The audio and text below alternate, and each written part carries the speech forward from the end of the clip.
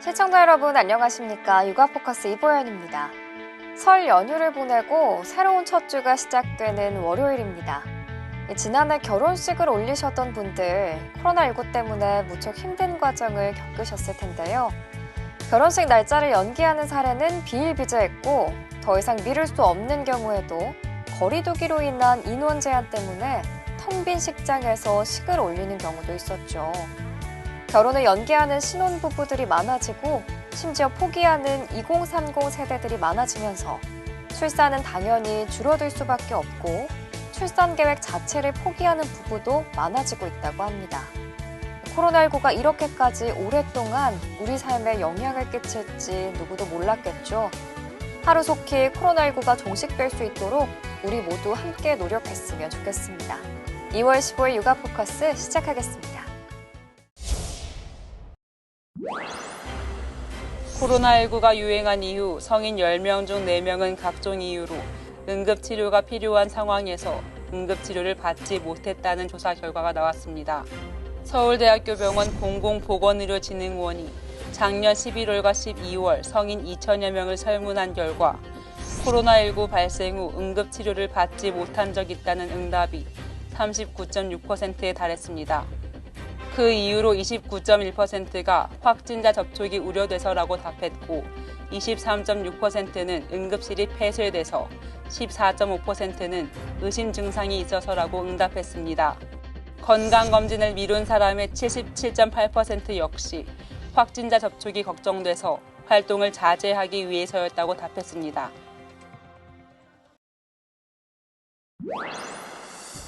서울시는 감염병 전담 요양병원으로 3곳을 지정했습니다. 이미 환자를 받기 시작한 곳은 2곳. 기존 환자들은 다른 병원으로의 이동이 불가피합니다. 일부는 다른 병원에 가신 분도 계시고 저희가 송파점이 있기 때문에 송파점으로 일부는 가셨고요.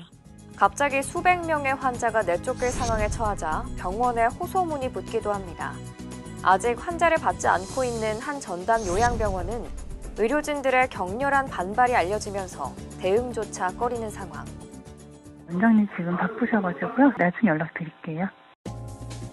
병원 의료진들로선 한 번도 해본 적 없는 코로나 관련 의료 행위를 받아들이기 어려울 수밖에 없습니다. 전담 요양병원 지정 자체가 졸속이고 탁상 행정이었다는 비판이 나옵니다. 요양병원은 사실상 치료 기능은 그닥 없단 말이죠. 시스템적으로 병실도 1인실이고 음압이 되면서 감염병이나 중환자 치료 경험 전문 인력이 있고 탁상 행정이라고 한 얘기가 그래서 그런 거죠. 전담 요양병원 내 의료진이 턱없이 부족할 것이란 지적이 처음부터 제기됐지만 마땅한 대책은 없습니다. 인력 부족 부분에 대해서는 혹시 어떻게 좀 해결을 해야 될까요? 중수본하고 긴밀하게 협조해서 그 부분은 지원할 예정입니다. 전담 요양병원으로 지정된 곳들은 지인 등을 통해 어렵게 간병인을 구하고 있는 것으로 알려졌습니다. 교육부가 올해 학교별 학년별 등교 방안을 확정해 발표했습니다. 초등학교 저학년의 등교를 대폭 확대하기로 했는데요. 신학기 개학과 수능도 예정대로 실시할 방침입니다. 올해 신학기부터 유치원생과 초등학교 1, 2학년은 사회적 거리두기 2단계까지 교내 밀집도 적용 대상에서 제외할 수 있습니다. 예를 들어 학년별로 150명씩 전교생이 900명인 초등학교라면 1, 2학년 300명은 기본적으로 등교하고 나머지 600명에 대해서만 3분의 1 이하인 밀집도 원칙을 지키는 식입니다. 현행 거리두기 2단계인 비수도권은 사실상 전면 등교를 실시할 수 있지만 거리두기 2.5단계인 수도권은 이전처럼 현행 교내 밀집도 3분의 1을 준수해야 합니다. 특수학교와 인원 기준을 400명 이하로 완화한 소규모 학교 등은 2.5단계에도 밀집도 적용 여부를 자율적으로 결정할 수 있습니다. 정부는 또 고등학교 3학년은 지난해처럼 매일 등교하도록 권고했습니다. 지난해 매일 등교 원칙이었던 고등학교 3학년은 전년 기준을 유지하는 것으로 하되 교육청이 지역과 학교 상황에 맞게 최종적으로 확정할 계획입니다. 정부는 인력 5만 명을 배치해 학교 방역을 강화하고 초등 1학년에서 3학년 과밀학급에는 기간제 교사 2,000명을 투입해 기초학력 저하도 막을 계획입니다. 초등학교는 수행평가를 실시하지 않을 수 있고 중학교 1, 2학년은 거리두기 3단계일 때 성적을 산출하지 않아도 됩니다. 또 개선된 인프라 속에서 실시간 쌍방향 소통 중심의 원격 수업을 확대하고 여기에는 콘텐츠를 활용한 실시간 채팅 대화도 포함됩니다. 정부는 신학기 개학을 오는 3월 2일부터 대학 수학능력 시험은 11월 18일 예정대로 진행하기로 했습니다.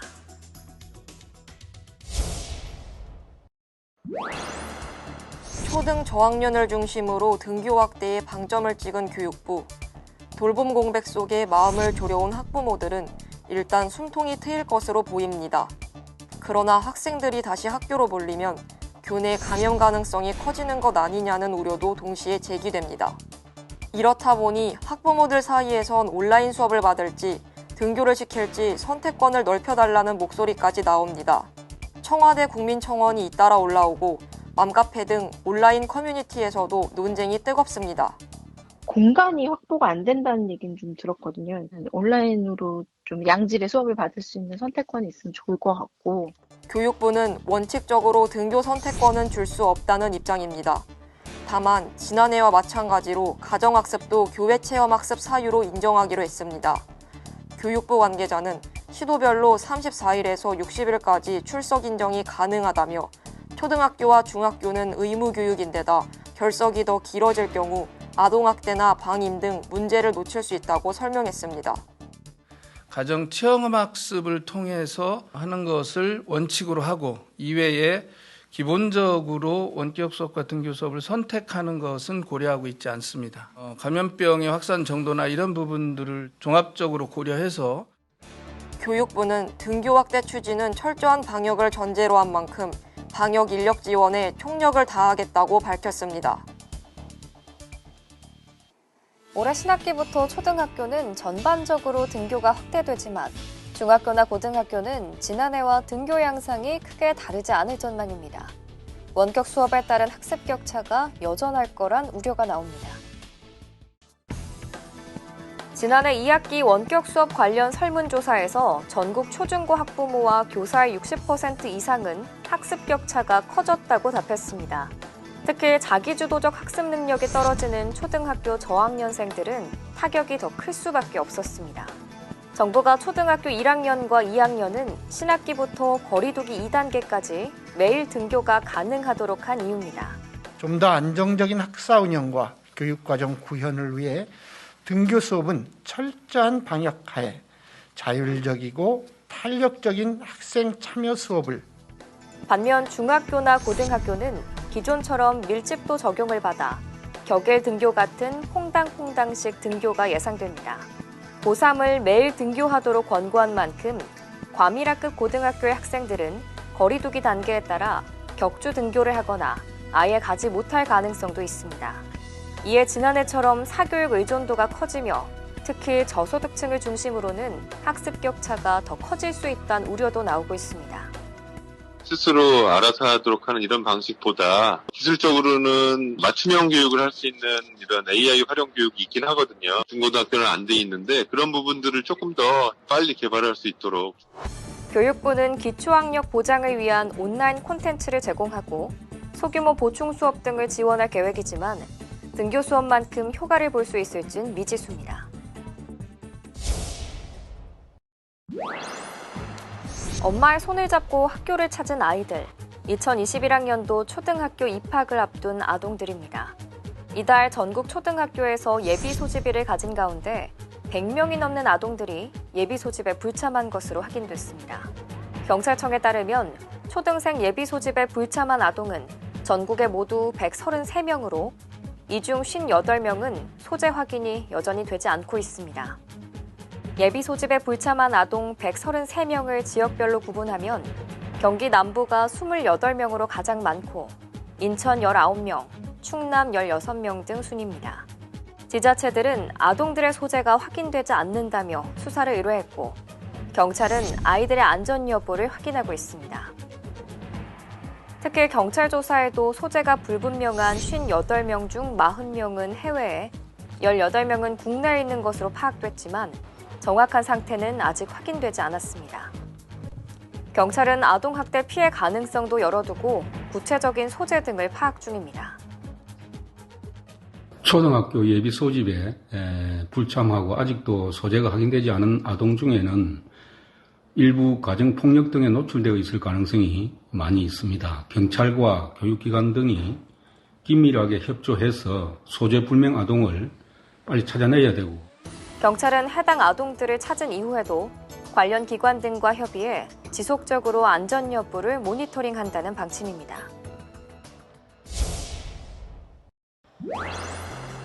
지난 한 해 국내에서 거주지를 옮긴 이동자 수는 773만 5천 명으로 2015년 이후 가장 많았습니다. 이동자 수가 2019년보다 63만 1,000명이나 많았는데 전년 대비 증가율만 보면 21년 만에 가장 큰 폭이었습니다. 인구 이동은 산업화나 고령화가 어느 정도 진척되면 감소하는 경향을 보이며 우리나라도 2000년대 중반 이후 줄곧 감소했는데 지난해의 경우는 이례적이었습니다. 그 이유로는 우선 2018년 강력한 부동산 대책의 영향으로 2019년 인구 이동자 수가 43년 만에 가장 적었던 기저효과도 있고 지난해 집값 상승에도 2030의 패닉바잉 현상 등이 나타나며 주택 매매가 1년 전보다 59% 늘어난 것 등이 꼽힙니다. 크게 증가한 이유는 주로 이제 주택 매매나 전월세 거래 등 주택 사유로 인한 이동이 많이 증가한 데 따른 영향인 것 같습니다. 실제로 지난해 주택 문제로 집을 옮긴다는 이들이 300만 5천 명으로 전체 이동자의 38.8%를 차지하며 가장 많았습니다. 공공기관 지방 이전이 마무리되고 2017년부터 이사를 나간 것보다 들어온 사람이 더 많아진 수도권의 순유입 규모는 8만 8천 명으로 14년 만에 최대치였습니다. 경기는 16만 8천 명이 늘어 순유입이 가장 많은 시도였고 반대로 빠져나간 인구가 가장 많은 곳은 6만 5천 명이 순유출된 서울이었습니다. 서울 전출자 65.4%가 경기로 갔고 경기 전입자의 53.4%가 서울에서 온 것으로 나타나 서울의 집값 상승세에 경기로 보금자리를 옮긴 상황이 반영된 것 아니냐는 분석입니다. 혼인과 혈연 중심으로 규정되어 있는 가족이라는 범위를 좀 더 확대하는 방안이 추진됩니다. 1인 가구 증가 등의 변화에 맞춰 기존의 사회적 통념도 이제는 좀 달라질 필요가 있다는 겁니다. 현행법이 보는 가족의 범위는 어디까지일까? 민법은 배우자와 직계혈족, 형제 자매, 생계를 같이 하는 배우자의 형제 자매 등으로 규정하고 있습니다. 여성가족부 관할법인 건강가정기본법에선 가족을 혼인과 혈연, 입양으로 이루어진 사회의 기본 단위라고 정의합니다.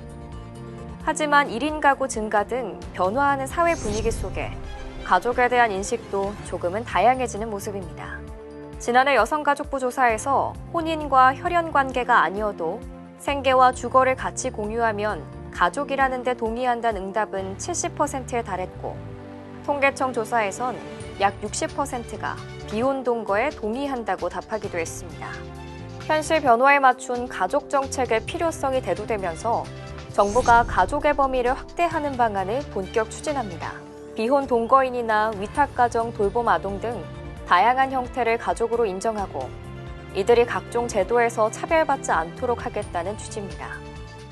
현행 가족 관련해서 어떤 법적 개념이나 정의 이런 것들, 법률은 혈연 중심으로 규정되어 있는데 이런 것들을 확장을 해서 다양한 가족을 포용할 수 있도록 여가부는 이 같은 내용을 골자로 한 4차 건강가정기본계획안을 공청회에서 공개하고 관계부처 협의 등을 거친 뒤 오는 3월 확정된 안을 발표할 예정입니다. 다만 사회적 합의뿐 아니라 각종 관련 정책 예산도 광범위하게 검토해야 하는 만큼 장기적 검토가 불가피하다는 지적도 나옵니다.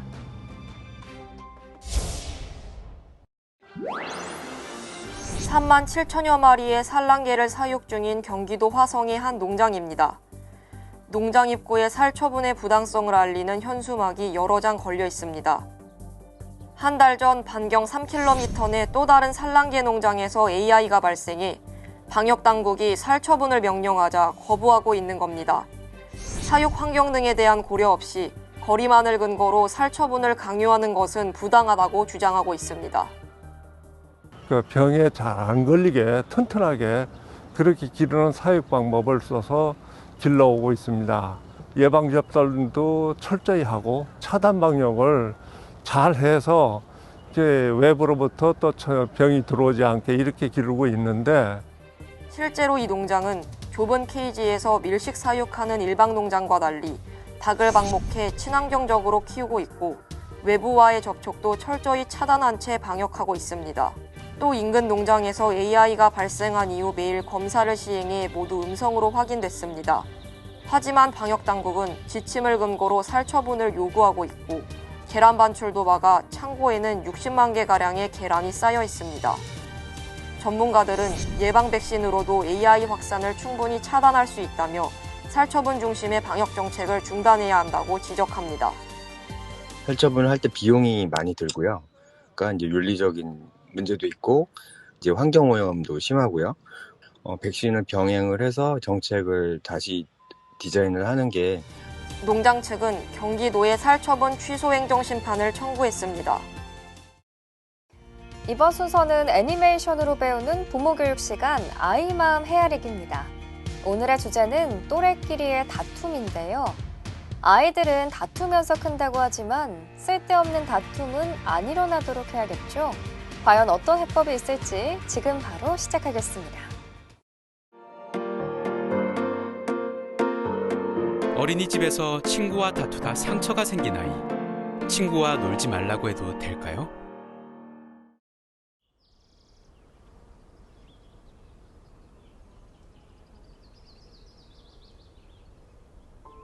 통이 어머니, 오늘 봄이랑 통이랑 좀 작은 다툼이 있었어요. 애들은 화해하고 잘 마무리되긴 했는데 통이 상처를 좀 잘 살펴주세요.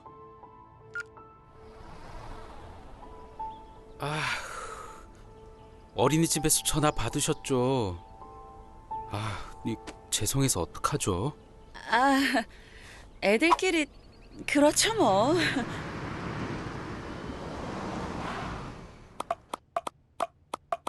통아, 응? 어디 다쳤어? 다친 데 봐봐. 여기. 봄이가 그랬다며. 내가 하지 말라고 하는데 봄이가 막 밀치고 때리고 그랬어. 그래서 너는? 울었어.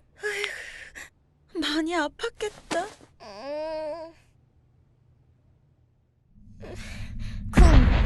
쿵.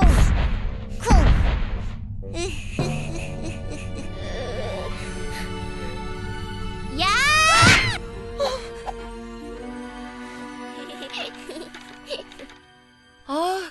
그나마 얼굴이 아니라서 천만다행이지.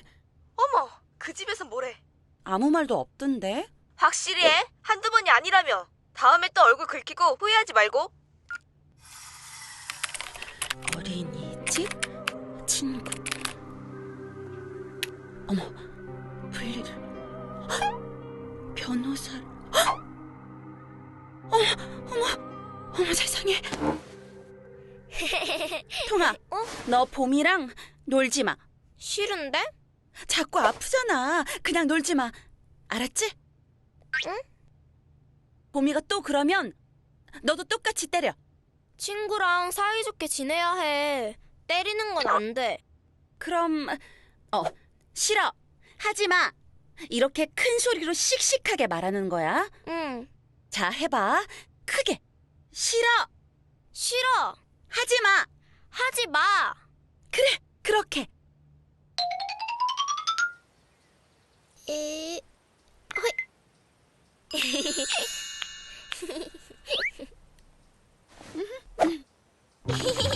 야, 놀이터다. 신난다. 안 돼. 못 봤어. 야. 미안해.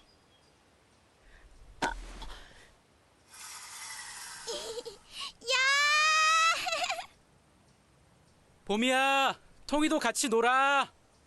싫대. 통이야, 왜? 엄마, 나 봄이랑 놀아도 돼? 그럼 당연하지. 진짜? 봄이랑 놀지 말라며. 아니, 내가 언제... 어서 가서 같이 놀아. 어제 어린이집 때문에 그러시는구나. 네? 아니, 그게 아니라... 이제 내 차례잖아. 안 돼. 통이야, 친구끼리 그러면 어떡해. 자, 야, 같이 타. 죄송해요. 애들끼리 다 그렇죠 뭐.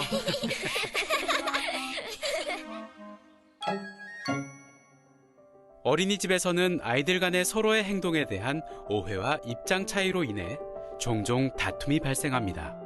이는 친구 관계를 맺는 과정에서 자연스럽게 발생하는 것이죠. 아이들이 갈등 속에서 서로의 입장을 들어보고 스스로가 납득할 만한 해결 방법을 찾아보는 과정은 이후 긍정적인 사회관계를 맺을 수 있는 기반이 됩니다. 자녀가 친구에게 맞았다는 이야기를 들으면 마음이 많이 상하겠지만 친구를 피하거나 보복 행동을 하도록 가르치는 것은 금물입니다. 친구와 함께 지내는 동안 갈등의 원인을 인지하고 서로 배려하기까지 많은 시간과 경험이 필요하므로 자연스럽게 의사소통을 해보는 연습 기회가 도움이 됩니다. 엄마 아빠가 속상해하는 아이의 마음을 다독거려주면서 다툼이 왜 발생했는지 아이의 이야기를 들어주고 친구에게도 자신의 입장을 잘 이야기해보도록 격려해주는 것이 좋습니다.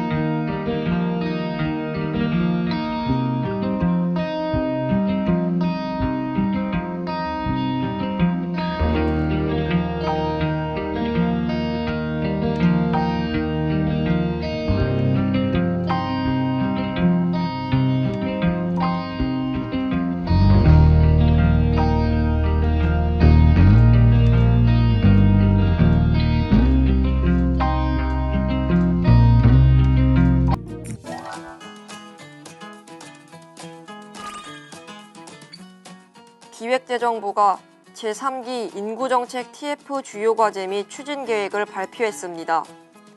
인구절벽 충격 완화, 축소 사회 대응, 지역 소멸 선제 대응, 사회의 지속 가능성 제고, 인구정책 추진 기반 확충 과제에 대한 추진 계획이 담겼습니다. 주요 추진 계획으로는 베이비붐 세대의 노동시장 이탈 감속을 위한 시니어 창업 활성화, 생애주기별 경력 개발 내실화 및 노인 일자리 개발이 있으며 여성의 경력 유지 및 단절 완화를 위해 돌봄 사업 개선 방안 마련, 양성평등 근로환경 조성 등이 있습니다. 또한 가족의 다양화 및 구성원 수 감소에 대비하기 위해 법률혼 외 가족 형태를 반영하고 1인 가구 맞춤형 지원을 추진합니다. 다음은 행정안전부 소식입니다. 일상 회복을 위한 코로나19 전국민 무료 예방접종을 실시합니다. 코로나19 예방접종 대응 추진단은 사망자 최소화 및 지역사회 전파 차단을 위해 11월까지 집단면역 형성을 목표로 하는 코로나19 예방접종을 2월부터 순차적으로 시행합니다. 서울시가 청소년 정책 참여기구인 서울시 어린이 청소년 참여위원회 위원과 서울시 청소년의회 의원을 모집합니다. 청소년이 단순 제한자가 아닌 문제 발굴과 함께 해결책을 모색함으로써 시정에 직접 참여하게 됩니다.